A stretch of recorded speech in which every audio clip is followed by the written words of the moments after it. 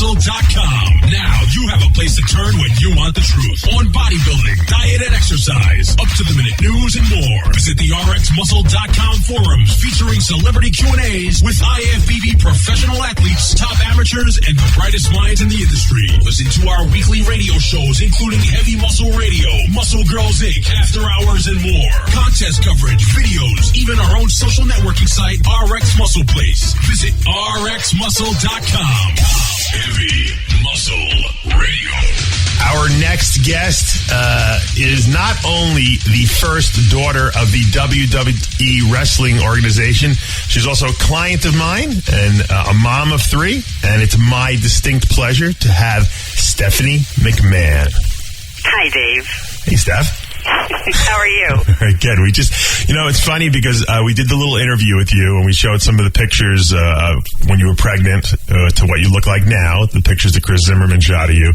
And I got so many regular women emailing me and messaging me on the RX about, what you did and what I had you eating. They were so, amazed because they felt, I guess, maybe they could relate to you a little better because you're not you're not like a fitness or figure competitor that competes on stage, but you're kind of like a regular person to them in their mind. How difficult was it for you to go from being a girl who was in shape to getting out of shape, being pregnant 3 times, and then getting yourself back into the shape that you are in right now? Well, let me start by saying that I am a regular girl in terms of I'm not the kind of girl that's always been skinny, that, always looked great or anything like that. I always have to try to eat right to keep my weight down. I just have a tendency to gain weight. And, I don't think that I would ever say that I looked good before I started working with you, and I'm not just saying that. It's really true. I mean, I've never been as lean as I've been until I started working with you, and then I'd never put on, the kind of muscle that I had until I started working with Joe DeFranco. So, I would say that I am a regular person, and it's just getting the right kind of advice, and what works for you as an individual and sticking to it. Yeah. That's really the key. You make a very good point, and I know everyone who's listening to this interview is saying, talk about the wrestling, and we're going to talk about wrestling in a little bit, but I want to make this point because we had Joe DeFranco on the show a little earlier, and, we talked about your training, and so you obviously, rather than try to just roll the dice and try to figure it out for yourself, you basically went and you hired someone who knew something about diet, myself, obviously. You hired Joe who knew about training, and you really got great results, and you probably saved yourself a lot of frustration in not doing things the right way. Do you think that a lot of people out there who are frustrated with the way they look should employ people, even if they maybe can't afford it, go that little extra route to teach themselves exactly what they should be doing the right way? I think definitely. I mean, that's easy for me to say because I can afford it, but it took me 30 years of frustration before I found you guys. I've been there. I know what that feels like, and you read books, you learn as much as you can, and you talk to people who've had success, and it's just not the same thing. But even still, just hiring people, you have to hire the right people, and that's what makes the difference. You really have to get the advice from the people who know. Right. And how did you go about finding Joe, for instance? Well, I'm really lucky because I happen to be married to this guy who's really into fitness and I hear training he is, yeah. and does a lot of research, and, he's got a lot of connections, I've obviously through my husband, that's how I met Joe and that's how I met you. And I was really lucky that way. But, I can't say enough about the two of you in terms of the things that you guys have been able to do for me. Obviously, your husband being a WWE superstar Triple H. That's right, for those who do not know. And he, the funny thing is that he does do a lot of research, because I know he does, and it's weird, but you would think like someone like him wouldn't have the time, but he does read the magazines, he does read the message boards, and he does study the sport. He's on your website all the time. Yeah, he studies, and people don't realize you have to do that if you want to find out the best information. That's really true, and that's another thing is you can do some research on your own, whether it's to find the right people or whether it's just to learn as much as you can, and then try different things and see what works for you, because I think every body type is different. I know I've worked with other very successful, nutritionists and all that before that just didn't get me as lean as I wanted to be, or as lean as I've been able to get now. And and it's been successful for other people. It just didn't work for me. So you gotta try different things and see what works. Were you traumatized literally after putting on? I mean, when you got pregnant, you gained a lot of weight with each child. Was that mentally really screwing you up a little bit at some point? After the first one, yeah, I got cankles. I had heard of cankles, but I was 80 pounds pregnant I had gained 80 pounds pregnant with my first child. And when I looked down, I'll never forget that day. When I looked down and I saw those cankles, that was the day I decided I was going to change my body. And I couldn't wait to do it, but at that point, you can't start dieting.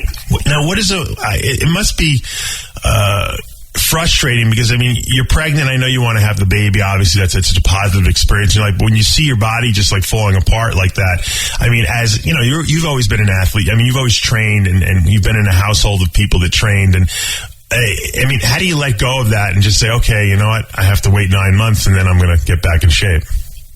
Well, I'm kind of an extremist. I'm either dieting or I'm really not dieting. And, I'm going to get to the point about being pregnant. But, so I had to diet for so long to try to stay in the best shape that I could that when I got pregnant, I just went hog wild and ate everything I have ever wanted to eat, I think, my entire life, multiple times a day. You can't have many vices when you're pregnant. You can't drink. You can't even take antibiotics. So food is really your only comfort. And I definitely indulged. And it was a slow process in terms of how you lose control of your body. But your body's going through so many things anyway. And it is so exciting on an emotional level that you're creating this baby inside you. But at some point, you do look in the mirror and go, holy, I am gaining so much weight. This is ridiculous. And when the doctor told me I was gaining too much weight, and then I looked in the mirror and realized, oh my God, you just have to stop. But then at that point, I kind of couldn't stop. It was very hard mentally. And I think a lot of women go through that. They do. And not only do they go through it, but then after they give birth, they continue in that eating pattern, and they seem to get even worse. How did you say to yourself, enough is enough, the buck stops here, I'm going to get myself back in shape? Because I imagine that must have been very difficult.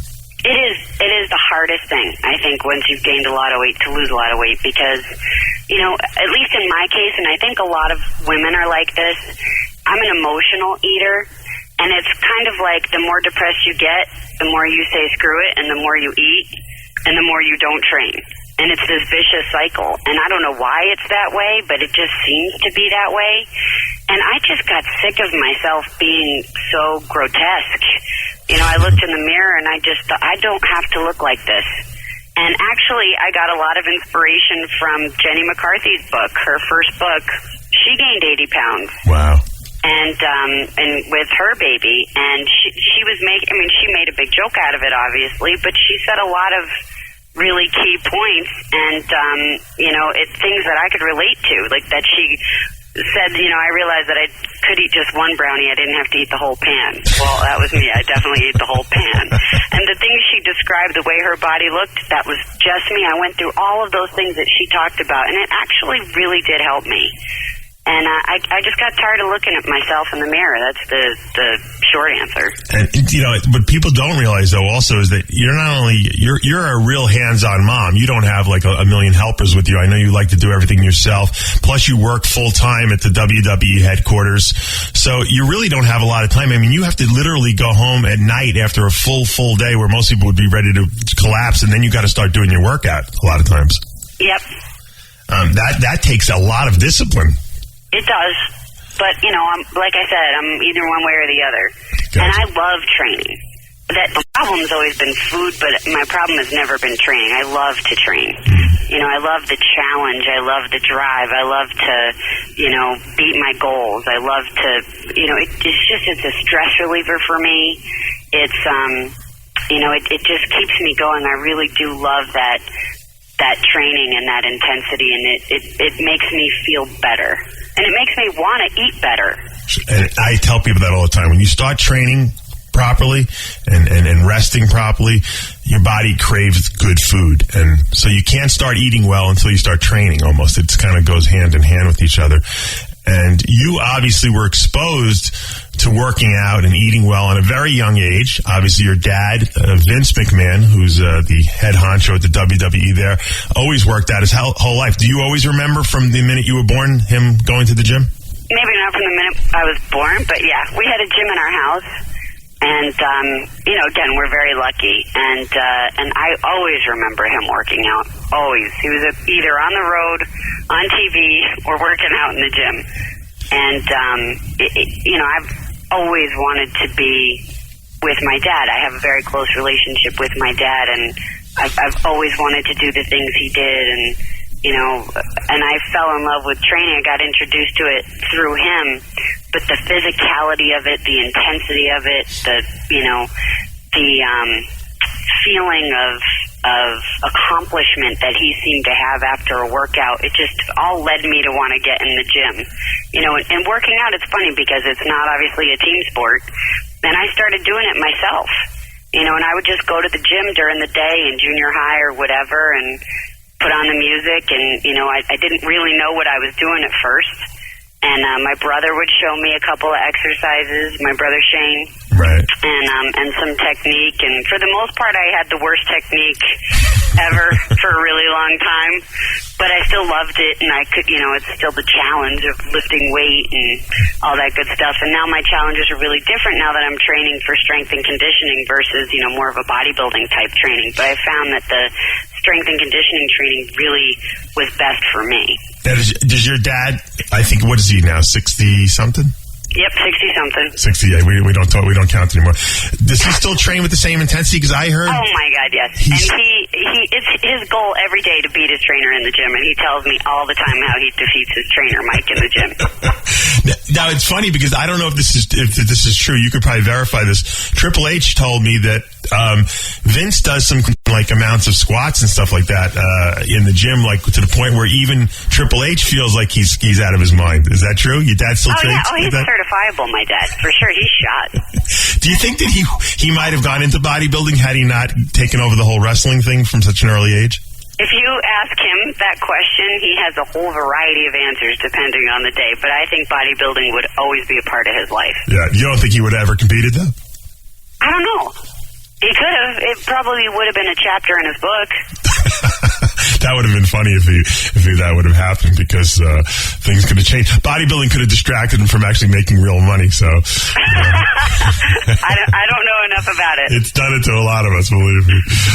Yeah, let's talk a little bit about the early days, because you grew up, as the WWE was kind of still the WWF back then, was actually blossoming. What was it like in that environment? Were you on the road a lot, or did you stay home, or what was it like back when you were in your teens? In my teens, I would go to all the big pay-per-views, and I'd always go to the Garden, Madison Square Garden, whenever we would come to town, and afterwards go out to dinner with my dad and sometimes some of the superstars. It was always very interesting. That's when my dad taught me the lesson that, if you want to hang with the big boys, you can't piss with the pups, which actually meant that I had to wake up and go to school the next day regardless of how late we were out. And it was a very different time back then in the 80s and 90s. It was not the place. The road was definitely not the place for young teenage girls, so no, I wasn't really out on the road very much. It actually wasn't until I graduated college that I started going out on the road.